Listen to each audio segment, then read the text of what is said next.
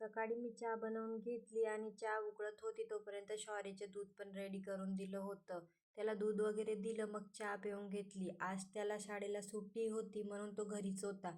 मग तो आईन त्यांच्यासोबत खेळत होता तोपर्यंत मी माझे मेहंदीचे कोन बनवून घेतलं, कारण आज माझा ऑर्डर होता.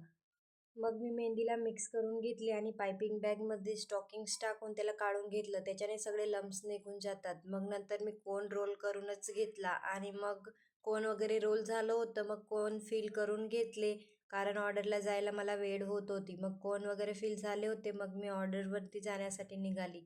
जिथे मला मेहंदी लावायला जायचं होतं ते लोकेशन थोडं लांब होतं, म्हणून मला जायला थोडा वेळ लागला होता. मग तिथे जाऊन मी लगेच मेहंदी लावायला सुरुवात केली आणि मेहंदी कंप्लीट झाली तर लगेच फोटो वगैरे घेऊन घेतले.